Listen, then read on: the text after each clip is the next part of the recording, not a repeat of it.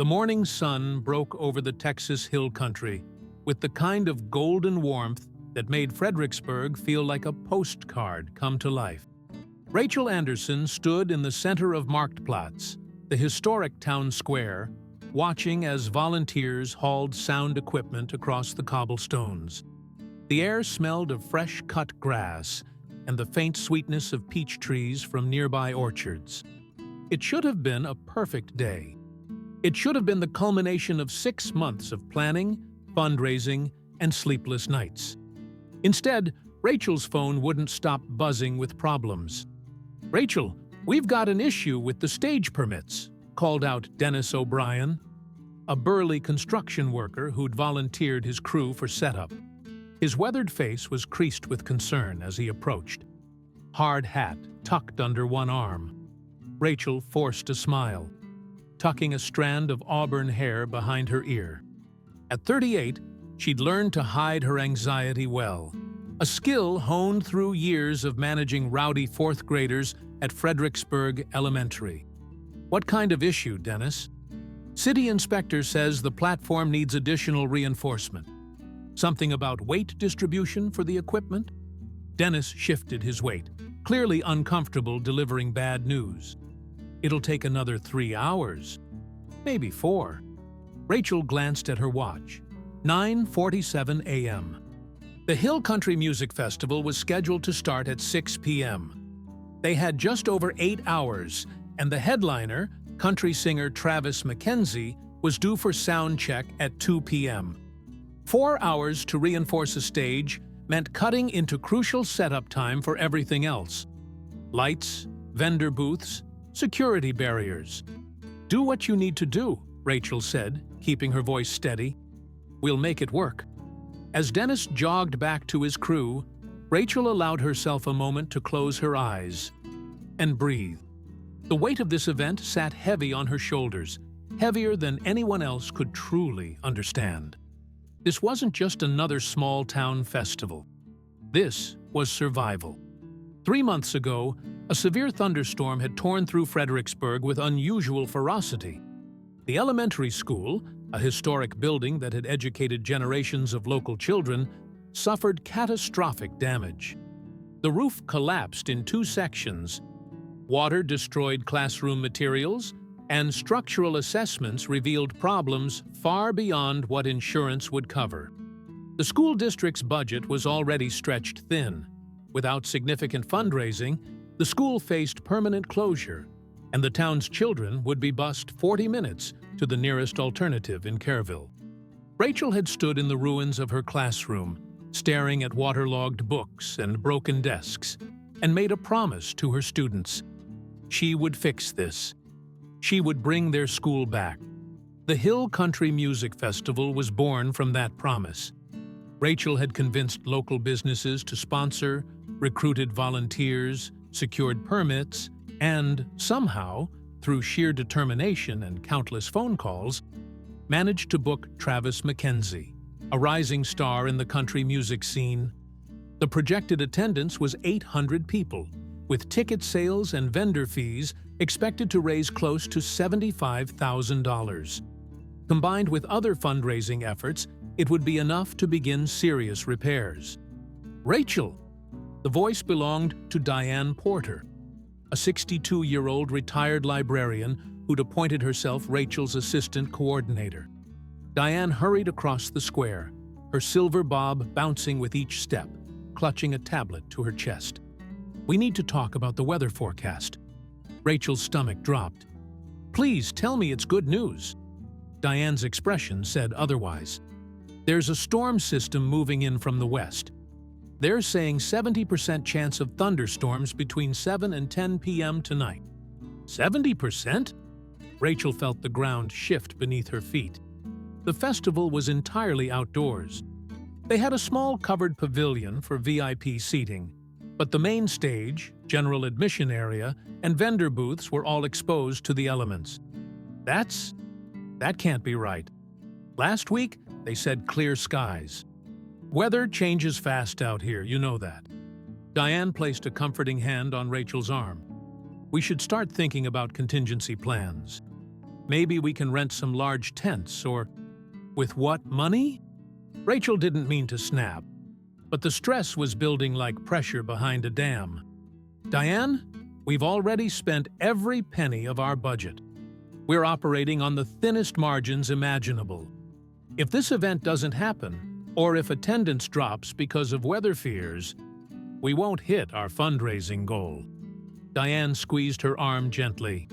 Then we pray the forecast is wrong, honey.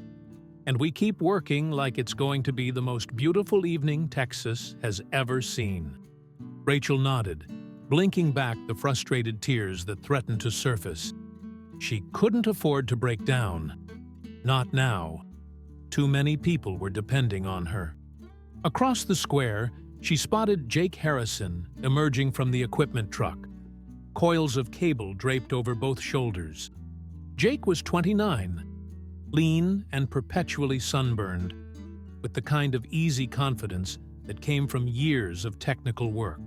He'd grown up in Fredericksburg, left for Dallas to pursue audio engineering, and returned 2 years ago when his mother fell ill. Now he ran a small sound company, doing everything from wedding DJs to occasional touring work with bigger acts. Rachel had hired Jake because he was good, affordable, and because she trusted him. He'd been 2 grades behind her in school, and his mother had been Rachel's favorite teacher. "Jake!" Rachel called out, walking toward him. "Please tell me you have good news." Jake set down the cables and grinned, though she could see fatigue around his eyes. He'd probably been up since 5 a.m. "Sound system is solid. We're running a full digital setup, professional grade. Same equipment I used on the Jason Aldean tour last year when I freelanced with their crew. That's something, at least." Rachel glanced toward the stage, where Dennis's crew was now welding additional supports. "We're behind schedule on stage construction. Think you can work with a compressed sound check window? I've worked with worse." Jake wiped his hands on his jeans, leaving faint smudges of dust. "Is Travis McKenzie still confirmed for 2 p.m.? "As far as I know." Rachel checked her phone again. No new messages from Travis's management team. "Why?" "Just want to make sure we get proper levels before doors open. Guy's got a reputation for being particular about his monitor mix." Jake tilted his head, studying Rachel's face. "You look stressed." "I am stressed," Rachel admitted. "We've got stage delays, a storm forecast for tonight, and about 1,000 other things that could go wrong. But we're going to make this work, because failure isn't an option." Jake's expression softened. "Rachel, you know this whole town is behind you, right? Everyone knows what you're trying to do for those kids. We're all invested in making this succeed." His words warmed something in Rachel's chest, loosening the knot of anxiety just slightly. "I just hope it's enough." The morning progressed in a blur of controlled chaos. Vendors arrived to set up booths selling everything from barbecue to handmade jewelry. The beer garden was assembled near the pavilion, with local craft breweries donating kegs. Volunteers hung banners and strung lights between the historic buildings surrounding the square. Despite the setbacks, the festival was taking shape, transforming Marktplatz into something magical. By 1 p.m., Rachel allowed herself a brief lunch break. She sat on a bench near the Vereinskirche, the octagonal church replica that served as Fredericksburg's most recognizable landmark, eating a sandwich she barely tasted. Around her, the town buzzed with anticipation. People stopped by to wish her luck, to thank her for organizing the event, to promise they'd be there tonight with friends and family. The pressure mounted with every well-meaning word. At 1:47 p.m., Rachel's phone rang. The caller ID showed Travis McKenzie's manager. Her hands trembled slightly as she answered. "This is Rachel Anderson." "Rachel, hey, it's Brian Kowalski, Travis's manager." The voice on the other end sounded strained. "Listen, I've got some bad news. Travis is in the ER right now. Severe food poisoning. He's been sick all night and morning. There's absolutely no way he can perform tonight. The world seemed to tilt. Rachel gripped the phone so hard her knuckles went white. You're telling me this 2 hours before he was supposed to be here? 4 hours before the event starts? I know. And I'm incredibly sorry. Brian sounded genuinely apologetic. But that did nothing to ease the panic flooding Rachel's system. We were hoping he'd rally, that it was just a 24-hour thing. But the doctors are saying he needs to stay for observation. He's severely dehydrated. I'm really sorry, Rachel. We'll refund the deposit, of course. The deposit? Rachel's voice came out sharper than intended. Brian, I have 800 people expecting to see Travis McKenzie tonight. I have a school that desperately needs the money from this event. I have volunteers who've worked for months. A refunded deposit doesn't solve any of that. I understand, and again, I'm so sorry. If there's anything else we can do, can you send a replacement? Anyone from your roster? On 4 hours' notice? Rachel, I wish I could, but everyone's either on tour or committed elsewhere. It's just not possible. Rachel ended the call without saying goodbye. She sat frozen on the bench, staring at the phone in her hand as the full magnitude of the disaster washed over her. The headliner was gone. The main draw, the reason half the tickets had sold, the performer whose name was plastered all over the promotional materials, gone. Rachel? Diane appeared beside her, concern etched deep in her features. What happened? You look like you've seen a ghost. Travis McKenzie canceled. Rachel's voice sounded hollow in her own ears. Food poisoning. He's in the hospital. Diane sank onto the bench beside her, the color draining from her face. Oh, no. Oh, Rachel. No. They sat in silence for a moment, the sounds of festival preparation continuing around them, oblivious to the crisis. Rachel's mind raced through options, each one more impossible than the last. Cancel the event? They'd already incurred costs they couldn't recover. Go forward without a headliner? Attendance would plummet. People would demand refunds. Try to book someone else? At 4 hours' notice, it was impossible. Even local bar bands would likely have Saturday night commitments. We have local acts, Diane offered weakly. The Sullivan Sisters are playing at 6:30, and Bobby Chen's band goes on at 7:15. Maybe if we extend their sets. It's not enough. Rachel stood abruptly, pacing in front of the bench. Diane, people bought tickets to see Travis McKenzie. The Sullivan Sisters are talented high schoolers, and Bobby's band is great for a bar crowd.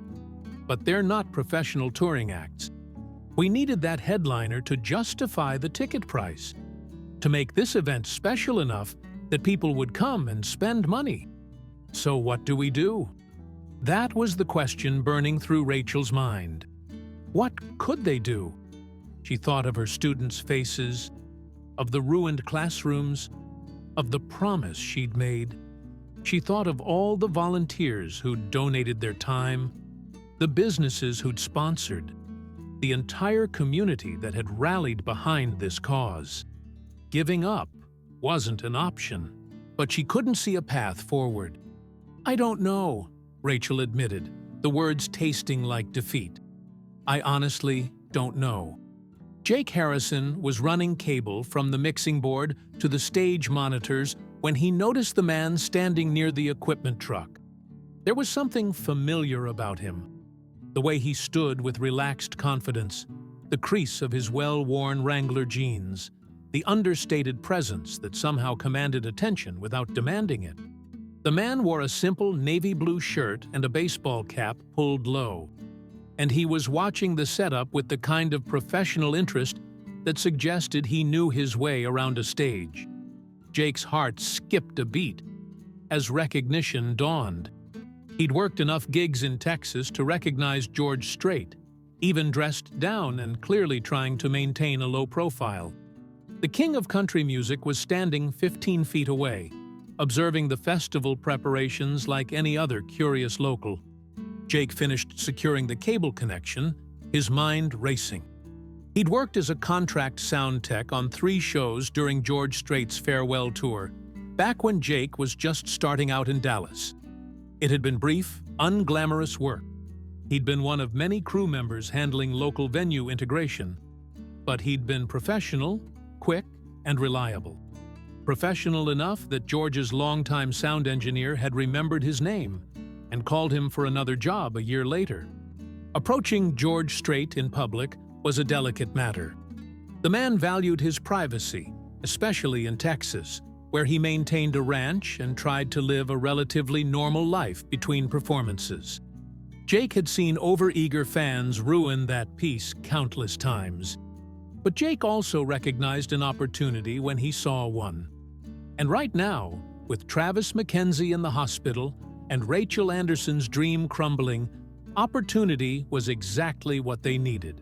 Jake wiped his hands on his jeans and approached casually. Not too eager, not too familiar. "Afternoon," he said, keeping his voice neutral. George turned, his weathered face creasing into a polite smile. "Afternoon. Y'all putting on quite a production here." "Trying to." Jake extended his hand. "Jake Harrison. We worked together briefly on your 2014 tour. I was local sound integration at the Fort Worth stop." Recognition flickered in George's eyes as he shook Jake's hand with a firm grip. "Jake, right, I remember. You fixed that feedback issue during sound check in about 30 seconds. Impressed my engineer." The fact that George remembered made Jake's chest swell with pride, but he kept his expression humble. "Just doing my job. You in town visiting?" "Got family out at one of the ranches west of here. Came into town for supplies, saw the setup." George nodded toward the stage. "Benefit concert?" "Fundraiser for the elementary school. Got damaged bad in those storms back in October." Jake hesitated, then decided to trust his instincts. George Strait had a reputation for supporting Texas communities, for remembering his roots, trying to raise enough to keep it from closing permanently. George's expression shifted, interest deepening. "That's a worthy cause. Who's playing?" This was where it got difficult. Jake could lie, keep up appearances until it was too late to matter. Or he could be honest and hope that honesty might lead somewhere useful. He chose honesty. "We had Travis McKenzie booked as the headliner. Got a call about an hour ago that he's in the ER with food poisoning. Can't perform." Jake watched George's reaction carefully. "So right now, we've got some talented local acts and a whole lot of prayers that people don't demand refunds when they show up and find out the main attraction canceled." George let out a low whistle, shaking his head. "That's rough. 4 hours before doors open?" "Yeah." Jake glanced back toward the square, where he could see Rachel pacing near the Vereinskirche. Phone pressed to her ear, still desperately trying to solve the unsolvable problem.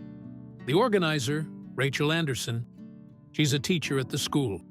She's put her heart and soul into this event. Whole town has rallied behind her. This was supposed to save the school, and now..." He trailed off, not wanting to sound like he was fishing for sympathy or, worse, a favor. But he'd planted the seed. That was all he could do. George was quiet for a moment, his gaze following Jake's to where Rachel stood. Even from a distance, her stress was visible in every line of her body. "Rachel Anderson," George repeated thoughtfully. "She from around here?" "Born and raised. Her granddaddy ran the feed store on East Main for 40 years. Good people, deep roots." Jake shifted his weight. "She promised those kids she'd bring their school back. Right now, she's watching that promise fall apart, and there's not a damn thing she can do about it." George removed his cap, ran a hand through his graying hair, then replaced it. Jake recognized the gesture. He was thinking, weighing options. "You got a lineup scheduled, even without McKenzie?" "The Sullivan sisters at 6:30. They're local, 17 and 15 years old, singing family harmonies." Bobby Chen's band at 7:15. He runs a landscaping business during the day, plays classic country covers on weekends. Then we had Travis scheduled for 8 p.m., 2-hour set. Jake pulled out his phone, showing George the printed schedule. After Travis canceled, there's just nothing. We've got 2 hours of dead air and a crowd that's going to be furious. Your sound system up to handling a professional set? Jake's pulse quickened. Was George asking what he thought he was asking? Yes, sir. I'm running a full digital board. Meyer sound line array. Professional monitoring. Same quality setup you'd find at any mid-size venue. I may work small-town events now, but I don't cut corners on equipment. George nodded slowly, still watching Rachel across the square. That teacher, she strike you as someone who'd be comfortable with an unexpected surprise? Depends on the surprise, Jake said carefully, hardly daring to hope. If it's a good one, I think she'd cry with relief right about now. A hint of a smile tugged at George's mouth. I was supposed to have a quiet Saturday night. Watch some baseball. Maybe grill some steaks at my brother's place. He paused, and when he spoke again, his voice carried the weight of decision. But I grew up in small-town Texas. I remember what it was like when the whole community had to pull together to save something important. And I've always had a soft spot for teachers. My mama was one. Jake's heart was pounding now. Sir, are you saying? I'm saying I've got my guitar in the truck. And it's been a while since I played a genuine small-town benefit show. George met Jake's eyes directly. But we do this quietly. No announcement beforehand. No media circus. I show up, I play, I help that teacher keep her promise to those kids. That work for you? Jake felt like the ground had shifted beneath his feet, reality tilting towards something impossible and perfect. Yes, sir. That works perfectly. One condition. George's tone became more serious. You don't tell Rachel Anderson or anyone else I'm coming. People find out George Strait might show up. You'll have chaos, paparazzi, crowds beyond what you're prepared for, security nightmares. We keep this quiet until I'm actually on that stage. Understood? It went against every instinct Jake had. Rachel was drowning in stress, desperately trying to solve this crisis. Knowing help was coming would ease her burden immensely. But Jake also understood George's reasoning. The man was offering an incredible gift, but on his terms, and those terms were both reasonable and necessary. Understood, Jake agreed. But Rachel's going to need some kind of plan for that 2-hour gap. She can't just tell people to wait around with no explanation. George considered this. Tell her you've got a special guest lined up. Someone with professional experience who's willing to fill the slot. Don't give a name, just enough to keep her from canceling the event. Can you sell that? I can try. Jake's mind was already working through the logistics. I'll need to adjust the stage setup. Make sure we've got proper monitoring for you. Do you have any specific technical requirements? Keep it simple. Just me and a guitar? Maybe your local band as backup if they're willing and able. I'm not looking to do a full production show. This is about helping a community, not putting on a Vegas spectacle. George pulled his phone from his pocket. Give me your number. I'll head back to my brother's place, grab my guitar, and be back here by 7:30. That give you enough time? More than enough. Jake rattled off his number, watching as George saved it. This was really happening. George Strait was going to save Rachel's event, save the school, save everything. Jake. George's voice stopped him as he started to turn away. You're putting a lot of trust in me. Keeping this secret from someone who clearly needs good news. I respect that. I'll make sure it's worth it. I know you will, sir. Thank you. Seriously, thank you. George waved off the gratitude. Just make sure that sound system is dialed in perfect. And tell those local acts to stick around. Might be nice to have them join me for a few songs. Make it a real community thing." As George walked back toward a nondescript pickup truck parked on a side street, Jake stood frozen for a moment, processing what had just happened. Then he snapped into action. He had work to do, a secret to keep, and a sound system to prepare for one of the biggest moments of his professional life. He found Rachel 20 minutes later, sitting on the steps of the Varennes Kirche with her head in her hands. Diane stood nearby, speaking in low, comforting tones. Both women looked up as Jake approached.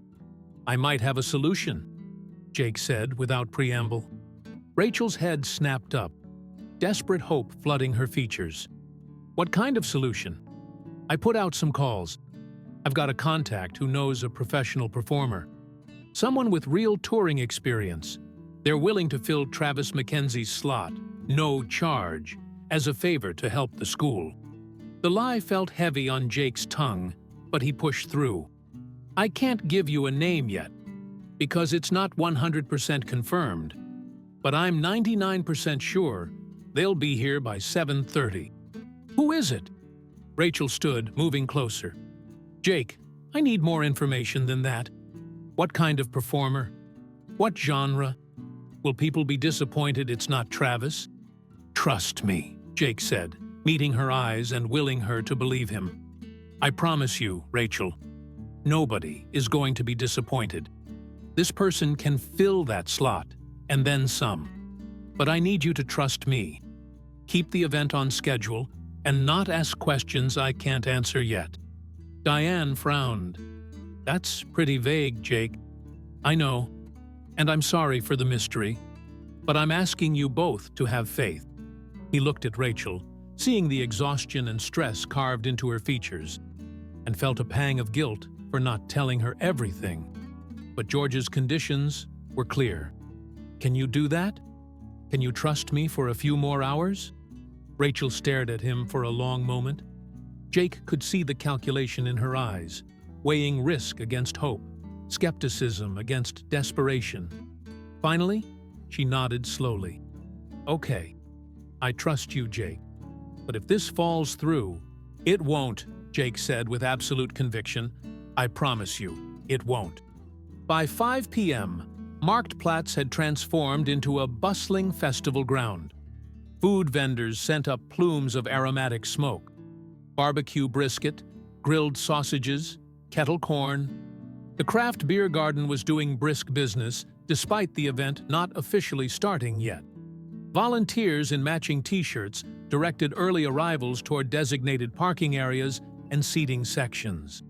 String lights glowed softly between buildings as the late afternoon sun began its descent toward the hill country horizon. Rachel Anderson stood near the entrance gates, watching the steady stream of people arriving, and felt the weight on her chest lighten fractionally. The turnout was strong, better than she'd dared hope after the Travis McKenzie disaster. People were showing up, buying tickets, supporting the cause. Maybe, just maybe, Jake's mysterious performer would be enough.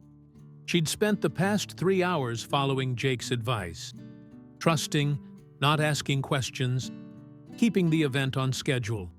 She'd briefed the Sullivan sisters and Bobby Chen's band, making sure they were prepared to give their absolute best performances. She'd coordinated with vendors, checked security protocols, and made sure the donation table was staffed and prominent. She'd even managed to change into clean clothes. A sundress in burnt orange that matched her cowboy boots. A small concession to wanting to look put together for whatever was coming. But she hadn't been able to stop the worry from gnawing at her. "Looking good out there," Diane said, appearing at Rachel's elbow with 2 bottles of water. She pressed one into Rachel's hand. "Drink. You've barely had anything all day." Rachel accepted the water gratefully, realizing her throat was parched. "Thanks. What's the count?"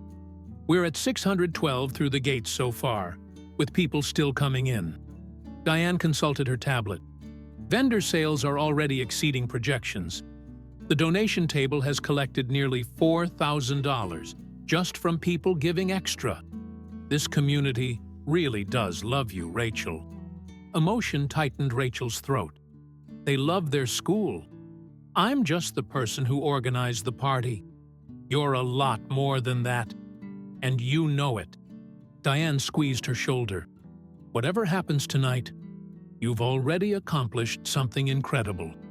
You brought this town together for a beautiful cause. That matters. Before Rachel could respond, a rumble of thunder rolled across the sky. Both women looked up, watching dark clouds gathering to the west, their edges lit by the sinking sun in shades of purple and gold. The storm forecast hadn't been wrong. The question was whether it would hold off long enough for the event to succeed. "We've got time," Rachel said, more to convince herself than Diane. The Sullivan sisters go on in less than an hour. Bobby's band at 7:15. Even if the storm comes in by 8, we'll have had 2 hours of music, and people will have spent money, eaten food, made donations. It's not ideal, but it's something. And Jake's mystery performer? Supposedly arriving by 7:30. Rachel checked her phone. No new messages from Jake. He was somewhere in the technical booth area, making final adjustments to the sound system with an intensity that bordered on obsessive. She'd tried to talk to him twice, but he'd been so focused on his work that she'd backed off. Whatever was happening, Jake was all in. The next hour passed in a blur. Rachel circulated through the crowd, greeting people, thanking them for coming, accepting well wishes and encouragement. She saw familiar faces everywhere: former students and their families, fellow teachers, local business owners, people she'd known her entire life. The support was overwhelming and humbling. At 6:28 p.m., the Sullivan sisters took the stage to enthusiastic applause. 17-year-old Melissa Sullivan wore a white dress and cowboy boots, her long blonde hair catching the stage lights. Her sister Amy, 15, stood beside her with a guitar, dark curls framing a face bright with excitement and nerves. They opened with a sweet rendition of "Traveling Soldier," their harmonies pure and true, and the crowd settled in, appreciative and warm. Rachel watched from the side of the stage, her hands clasped together, silently praying for everything to work out. The girls sounded beautiful. The audience was engaged. But she could feel the electricity in the air, both from the approaching storm and from the anticipation of what would come next. Jake appeared beside her as the Sullivan sisters launched into their third song. "They're good," he murmured. "They are." Rachel glanced at him. "Your performer still confirmed?" On his way. Jake checked his phone, and Rachel caught a quick smile crossing his face. "Should be here in about 20 minutes. I'm going to need you to do me a favor." "What kind of favor?" "When Bobby Chen's band finishes their set, I need you to get on stage and talk to the crowd. Keep them engaged, tell them a story, explain what the fundraiser means, whatever you need to do to buy 10 minutes while we do a quick stage reset." Rachel's stomach flipped. Public speaking had never been her favorite activity, even after years of commanding classrooms. "Jake, I'm not an MC. I can't just—" "You can," Jake interrupted gently. "Rachel, these people came here because of you. They want to hear from you. Tell them about the school, about the kids, about why this matters. You'll be great." Before Rachel could argue further, Jake's phone buzzed.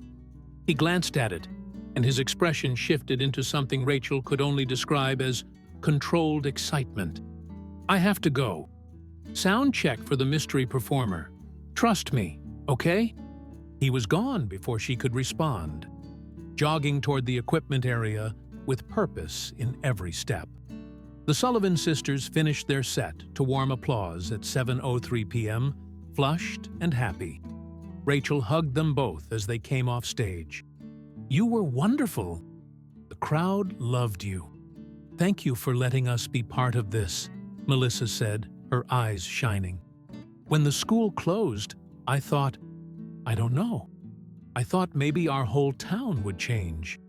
But tonight feels like everyone's fighting to keep things the way they should be." Rachel felt tears prick her eyes. "That's exactly what we're doing." Bobby Chen's band took the stage at 7:17, running 2 minutes late due to equipment adjustments.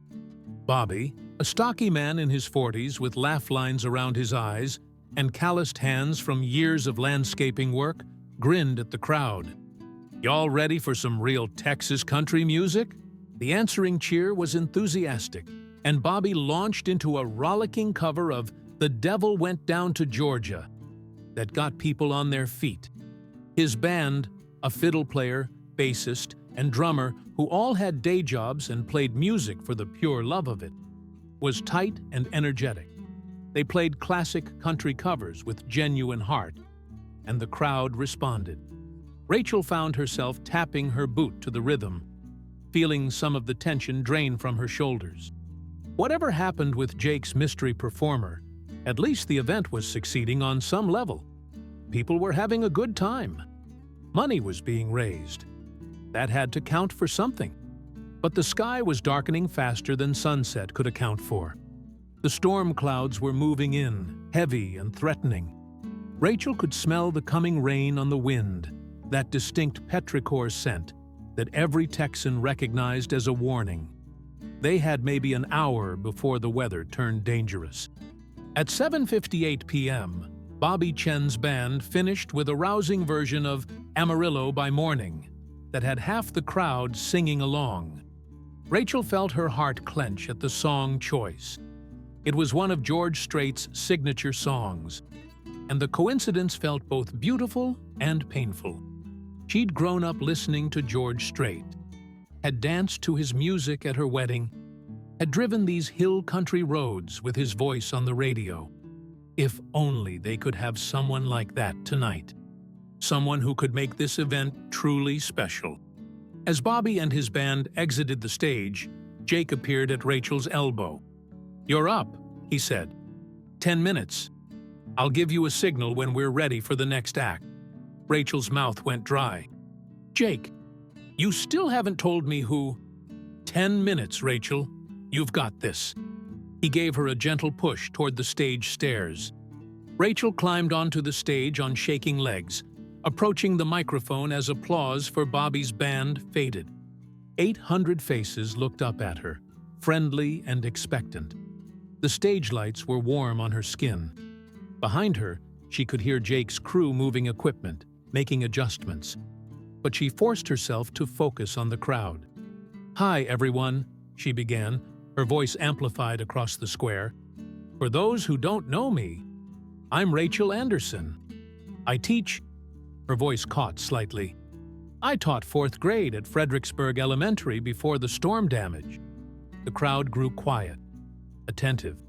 In the front row, she spotted some of her former students with their families. That steadied her. 3 months ago, I stood in my classroom and looked at the destruction that storm had caused. Books ruined, desks broken, ceiling caved in. And I thought about all the kids who wouldn't have a place to learn, who'd have to leave their friends and their community just to go to school. Rachel paused, gathering her thoughts. That's when I decided we weren't going to let that happen. We were going to fight for our school, for our kids, for our town. A smattering of applause rippled through the audience. Rachel continued, finding her rhythm. This festival represents hundreds of hours of volunteer work. It represents local businesses digging deep to sponsor us. It represents all of you, showing up on a Saturday night when you could be anywhere else, because you believe in what we're doing. Her voice grew stronger, more passionate. Every ticket you bought, every drink you purchased, every donation you made, it all goes directly to rebuilding that school, to bringing our kids home. The applause was louder now, genuine and heartfelt. Rachel felt emotion welling up, but pushed through it. Earlier today, we had a setback. Our headliner had to cancel due to a medical emergency. She saw concern flash across faces in the crowd. But you know what? That's okay. because this event was never about one performer. It was about all of us, coming together as a community. And we've got something special planned for you tonight. Something that I think represents exactly what Fredericksburg is all about. People helping people. Texas taking care of its own.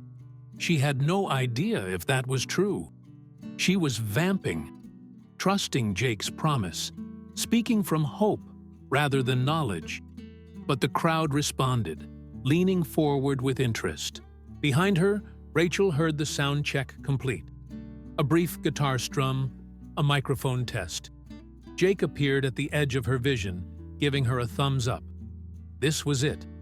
The mystery was about to be revealed. So, without further delay, Rachel said, her heart pounding, "Please welcome to the stage." She turned, expecting Jake to hand her a name card or whisper the performer's identity. Instead, she saw a man walking onto the stage carrying an acoustic guitar, wearing simple jeans and a button-down shirt. He moved with quiet confidence, and as the stage lights hit his face, Rachel felt the world stop. George Strait smiled at her. Actually smiled at her. Rachel Anderson from Fredericksburg, Texas, and said quietly, "Mind if I borrow your microphone?" Rachel's mind went blank. Completely, utterly blank. This wasn't possible. George Strait was on her stage. The George Strait. The king of country music was standing 3 feet away, guitar in hand, ready to play at her small-town benefit concert. She must have stepped back from the microphone in shock, because George moved smoothly into position, his smile widening with amusement at her obvious disbelief. He turned to face the crowd, and that's when the screaming started. 800 people realized simultaneously what they were seeing, and the reaction was instantaneous and deafening. Shrieks of joy, shouts of disbelief, phones raised to capture the impossible moment. The noise was a physical wave rolling across the square. George waited patiently for the chaos to settle, still smiling that easy, genuine smile that had made him beloved across generations. Finally, when the crowd quieted to a fever pitch of anticipation, he leaned into the microphone. "Evening, Fredericksburg," he said, and his voice, that familiar, warm Texas drawl, sent another wave of cheers through the audience. "I heard y'all had a good cause that needed some help tonight." Rachel stood frozen at the side of the stage, watching George Strait settle onto a tall stool that one of Jake's crew members had quickly provided. Her mind was still trying to process reality. This was happening. This was actually happening. Jake appeared beside her, his face split by the widest grin she'd ever seen. "Surprise," he whispered. Rachel turned to him, and to her own surprise, she burst into tears. Not delicate, pretty crying, full, overwhelmed, ugly crying tears of relief and joy and sheer disbelief. Jake pulled her into a quick hug. "How?" Rachel managed to choke out. "He was in town visiting family. Right place, right time. I asked. He said yes." Jake pulled back, hands on her shoulders. "I wanted to tell you, but he needed to keep it quiet until he was actually here. Security reasons, crowd control. Are you mad?" Rachel laughed through her tears, shaking her head. "Mad? Jake, you just saved everything. You saved the school, the event, all of it. I could kiss you.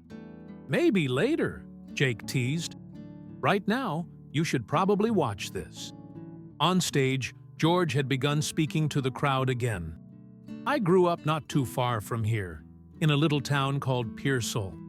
Small communities like this, they're the heart of Texas.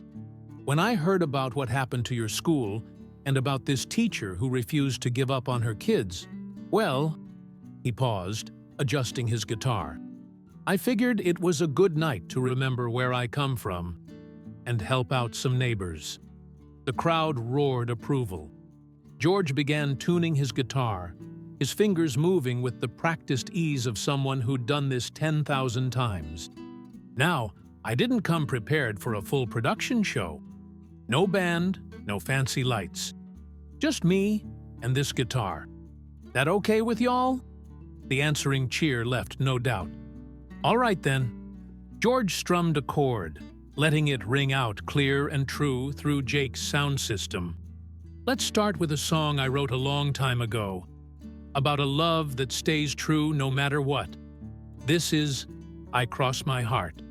The opening notes floated across Marktplatz, and Rachel felt goosebumps rise on her arms. The song was beautiful on the radio, but hearing it live, performed by George himself in this intimate setting, was something else entirely. His voice was rich and warm, carrying decades of experience and emotion. Every word felt personal, like he was singing directly to each person in the audience. Couples in the crowd began swaying together. Rachel saw elderly men with their arms around their wives of 50 years, young couples holding each other close, even teenagers moving to the gentle rhythm. The magic of the moment was palpable. As the song ended, the applause was thunderous, but also somehow reverent. This was special, and everyone present knew it. George smiled, wiping his brow. Thank you. You know, I've played stadiums and arenas all over the world.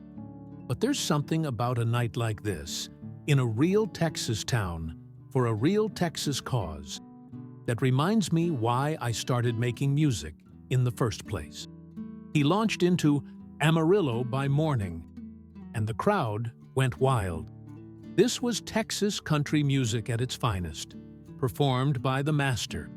People sang along, their voices joining George's in a communal celebration of shared culture and love for this music that defined them. Rachel found herself singing, too, the familiar lyrics flowing without thought. Beside her, Jake was adjusting sound levels with one hand while recording video with his phone in the other. This is going to go viral, he said. George Strait at a small-town benefit? Every music blog in the country will pick this up. I don't care about that, Rachel said, and meant it. I just care that these people, our people, are getting this moment. Look at their faces, Jake. And their faces told the story. Joy, wonder, surprise, and deep, abiding happiness. For a few hours, all the stress and struggle of daily life had faded away, replaced by the pure pleasure of great music performed by a legend who'd chosen to be here with them for the best of reasons.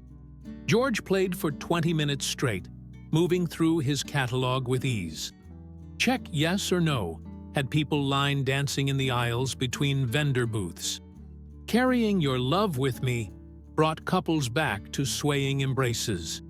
He told stories between songs about growing up in South Texas, about his early days playing honky-tonks, about the importance of education and community. Then, during a brief pause, George looked toward the side stage where Rachel stood. I understand we've got some talented local musicians here tonight. The Sullivan Sisters and Bobby Chen's band. Y'all still around? Rachel watched as Melissa and Amy Sullivan practically flew onto the stage, followed more slowly by Bobby and his band members, all looking starstruck. George greeted them warmly, shaking hands, putting them at ease with the kind of genuine friendliness that made him beloved beyond his music. Y'all know All My Exes live in Texas? George asked. Bobby Chen laughed. Sir, I've been playing that song for 20 years. Good, let's do it together. Make it a real community thing. What followed was pure magic. George took the lead vocals, but he brought the local musicians in for harmonies, for instrumental breaks, for moments to shine. Melissa Sullivan's voice blended beautifully with George's on the chorus. Bobby's fiddle player got a solo that drew whoops from the crowd. It wasn't about George showing off his talent. It was about him elevating others, sharing the spotlight, making everyone part of something bigger. Rachel felt fresh tears streaming down her face, but these were happy tears. This was what she'd hoped for when she organized this event. Not necessarily George Strait, but this feeling. Unity, community, people coming together for something good. The collaboration continued through several more songs. George pulled Amy Sullivan up for The Chair, letting her take a verse and beaming with approval at her performance. He invited Bobby to trade lyrics on oceanfront property, turning it into a playful duet. The crowd loved every second, cheering for their local talent, now performing alongside one of the biggest names in country music history. At 8:47 p.m., the first drops of rain began to fall. Rachel felt them on her arms, looked up at the dark sky, and felt her stomach clench. Not yet. They needed more time. But weather doesn't negotiate. Within 2 minutes, the sprinkle became a steady rain. People in the crowd pulled out umbrellas, threw jackets over their heads, but nobody left. Nobody even moved toward the exits. George paused, looking up at the sky with a wry smile. Well, looks like Mother Nature wants to join the party. Thunder rumbled in response, and he laughed. I've played through worse. How about you folks? You tough enough to stick it out for a few more songs? The answering roar left no doubt. If anything, the crowd pressed closer to the stage, unwilling to miss a single moment. All right then. George adjusted his grip on the guitar, now beaded with raindrops. Let's do Troubadour. The song was perfect, a reflection on a life spent making music, on staying true to your path despite obstacles. As George sang, rain falling steadily now, soaking his shirt and dripping from the brim of his hat, Rachel understood that they were witnessing something extraordinary. This wasn't a polished arena show. This was raw, real, human. A man using his gift to help others despite discomfort or inconvenience. Jake was beside her again, this time holding an umbrella over her head. Equipment's waterproofed, he said, anticipating her concern. We can keep going as long as he wants to. Is he okay out there? Rachel worried. Should we offer him a jacket or... Rachel, look at his face. Does that look like a man who wants to stop? She looked. George was grinning, rain streaming down his face, completely in his element. He finished Troubadour and immediately launched into Give It Away, his fingers moving surely across the wet guitar strings. The crowd was dancing in the rain now, laughing and singing along. The storm that Rachel had feared would ruin everything had instead become part of the magic. Years from now, people would talk about the night George Strait played Fredericksburg in the pouring rain, and nobody left. By 9:15 p.m., the rain had lightened to a gentle shower, and George had been playing for over an hour. Rachel knew he must be exhausted, but he showed no signs of slowing down. He'd transitioned to audience requests, calling out to the crowd for song titles and doing his best to accommodate. One more, someone shouted from the back. George laughed. Y'all keep saying that, and I'll be here till midnight. Need to, but there was warmth in his voice, genuine affection for this audience that had stuck with him through a thunderstorm. All right, one more, and then I'm going to let you folks get home and dry off. A hush fell over the crowd. That bittersweet moment of knowing something beautiful was about to end. George's expression grew more serious, more thoughtful. I want to end with a song that feels appropriate for tonight. It's about coming home, about finding meaning in the places and people that shaped you. He strummed the opening chords, and recognition rippled through the audience. This is I Can Still Make Cheyenne. The song was haunting and beautiful, telling the story of a man choosing between love and the rodeo life, about the pull of home and the ache of leaving. George's voice carried every emotion, every regret and hope and longing. In the context of this night, in a small Texas town, raising money to save a school, surrounded by people fighting for their community, the lyrics took on additional resonance. Rachel closed her eyes and just listened, letting the music wash over her. In this moment, everything was perfect. The school would be saved. She could feel it in the energy of this crowd, in the generosity they'd already shown. Her promise to those kids would be kept. And it was all because of the kindness of strangers, the dedication of friends, and the unexpected miracle of George Strait caring enough to help. The final notes of the song faded into the rain-soft night. For a moment, there was perfect silence. Then, the crowd erupted. Not just applause, but something bigger. Cheering, crying, gratitude made audible. George stood from his stool, waving to the audience. "Thank you, Fredericksburg.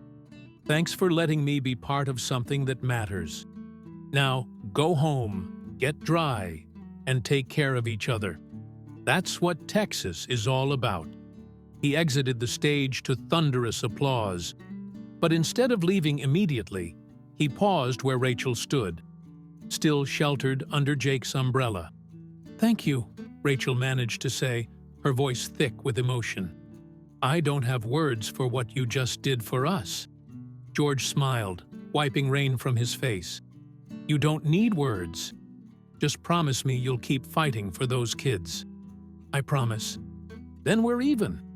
He shook her hand, then Jake's, and then he was gone, escorted by his brother toward that nondescript pickup truck. Just another Texan heading home after a Saturday night out. Sunday morning dawned clear and bright, the storm having washed the hill country clean. Rachel Anderson sat on her back porch, coffee in hand, staring at her phone in disbelief. The notifications hadn't stopped since she'd woken up at 6 a.m. Texts, emails, Facebook messages, missed calls, all congratulating her, thanking her, expressing amazement at what had happened. But more than that, the donations were pouring in. Jake had been right. Videos of George Strait's surprise performance had gone viral overnight.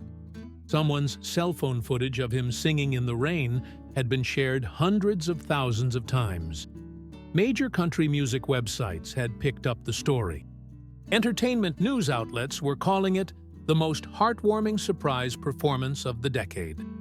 And with every share, every article, came more donations to the Fredericksburg Elementary School Fund.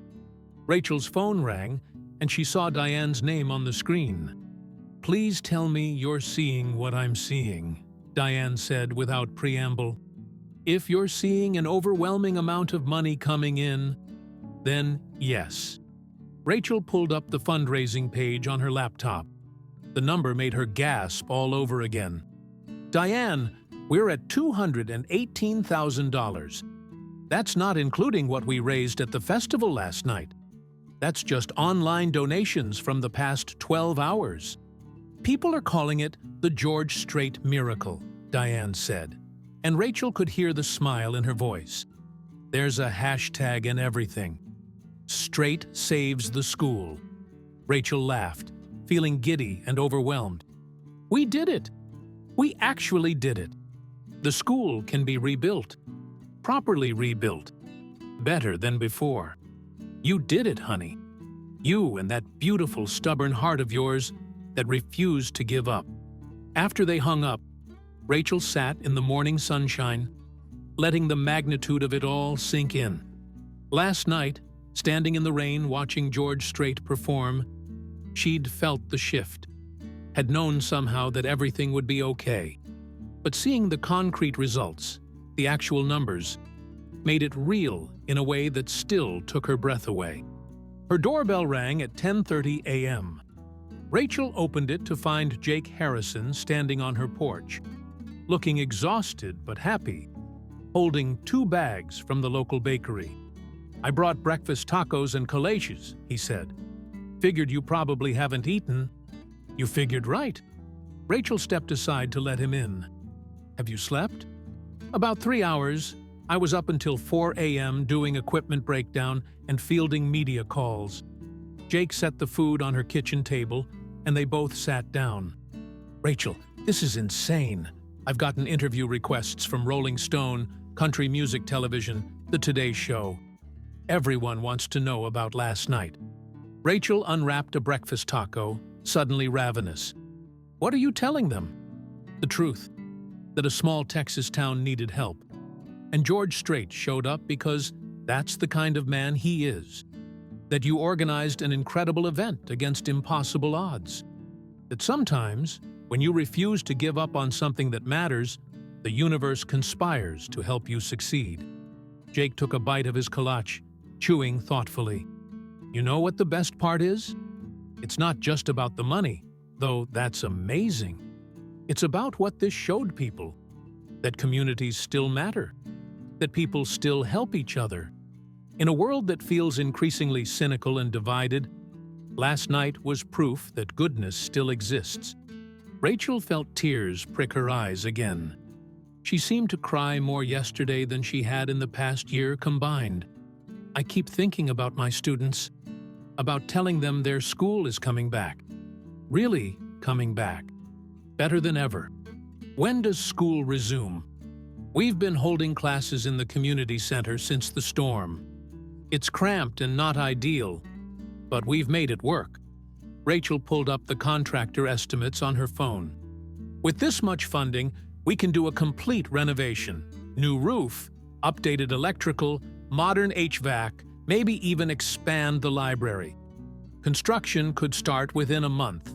If everything goes smoothly, we could be back in the building by next fall. Jake raised his coffee cup in a toast. To new beginnings. Rachel clinked her cup against his. To people who show up when it matters. They ate in comfortable silence for a few minutes, the stress of the past months finally lifting. Then Jake's phone buzzed. He glanced at it, and his eyebrows shot up. What? Rachel asked. It's a message from George Strait's team. Well, not George directly, but his manager. Jake read the message, his smile growing. They want to know if we'd be interested in having George come back for the school's grand reopening. An official performance to celebrate, with proper planning this time. No charge, just his way of seeing the project through. Rachel's hand flew to her mouth. Are you serious? Completely serious. Jake showed her the phone screen. What do you think? I think... Rachel's voice caught. I think that would be perfect. Those kids deserve to have that memory, to know that someone as important as George Strait cared enough to help save their school not once, but twice. I'll tell them yes then. Over the next few hours, Rachel's house became an impromptu headquarters for processing the aftermath of the festival. Diane arrived with her tablet and organizational skills. Bobby Chen stopped by to drop off a check. His band had decided to donate their performance fee back to the school. The Sullivan sisters' parents came to express gratitude for the opportunity their daughters had been given to perform with George Strait, an experience the girls would treasure forever. By afternoon, local news crews had arrived wanting interviews. Rachel found herself standing in her front yard, trying to articulate what the past 24 hours had meant. This was never about one person or one event, she told the camera. This was about a community refusing to accept defeat. Yes, George Strait's generosity was extraordinary and will never be forgotten. But this town showed up. Our volunteers worked tirelessly. Our local businesses sponsored. Our residents bought tickets and made donations even when money was tight. That's the real story. People taking care of each other. The reporter, a young woman from the San Antonio affiliate, smiled. What's next for Fredericksburg Elementary? Rebuilding. Creating a school that's even better than what we lost. Giving our kids a place to learn and grow that they can be proud of. Rachel looked directly into the camera, thinking of her students watching at home and keeping the promise I made to them, that we would never give up on their future. That evening, Rachel returned to Marktplatz. The festival equipment had been broken down and removed, but evidence of the night before remained. Muddy patches where people had danced in the rain, vendor spots marked by trampled grass, a few forgotten umbrellas collected at the lost and found. She stood where the stage had been, remembering. The panic of Travis Mackenzie's cancellation felt like ancient history now. The fear that the event would fail had been transformed into a triumph beyond anything she could have imagined. "Thought I might find you here." Rachel turned to see her principal, Dr. William Foster, approaching. He was in his 60s, with gray hair and kind eyes that had seen decades of educational challenges. He'd supported Rachel's fundraising efforts from the beginning, but had maintained realistic expectations about what was possible. "I needed to see it again," Rachel said, "to make sure last night really happened." Dr. Foster chuckled. "It happened. The entire country knows it happened. I've been getting calls from the superintendent, the school board, even the governor's office. Everyone wants to congratulate Fredericksburg on its miracle. It wasn't a miracle. It was hard work and good luck, and one very generous musician. It was all of that, and more." Dr. Foster stood beside her, looking at the empty square. "Rachel, I've been an educator for 42 years. I've seen teachers who are competent, teachers who are good, and teachers who are exceptional. But I've rarely seen someone with your level of dedication and refusal to accept the impossible. What you did here, organizing this event, rallying the community, keeping faith even when everything fell apart, that's leadership. That's what changes lives." Rachel felt heat rise to her cheeks. "I was just trying to save our school. You did more than that. You reminded this town what it's capable of. You gave those kids a powerful lesson about perseverance and community. And you've given me hope that the next generation of students will have teachers like you fighting for them." He paused, then added, "When the new school is built, I want you to be part of the planning committee. Your voice matters, Rachel. Use it." After Dr. Foster left, Rachel stayed a while longer, watching the sun set over the hill country. Tomorrow, she'd return to teaching in the cramped community center. Next week, she'd meet with contractors and architects. In the months ahead, there would be 1,000 details to manage, decisions to make, challenges to overcome. But tonight, she allowed herself to simply feel grateful. Her phone buzzed one more time, a text from Jake. "Check the fundraising page one more time." Rachel pulled it up, and her breath caught. $347,000, more than quadruple their original goal. Enough not just to rebuild, but to expand, to modernize, to create something truly special for the children of Fredericksburg. She typed back, "How is this real?" Jake's response came immediately. "Because people are good. Because communities matter. Because sometimes, when you fight for something worth fighting for, the whole world shows up to help. Get some rest, Rachel.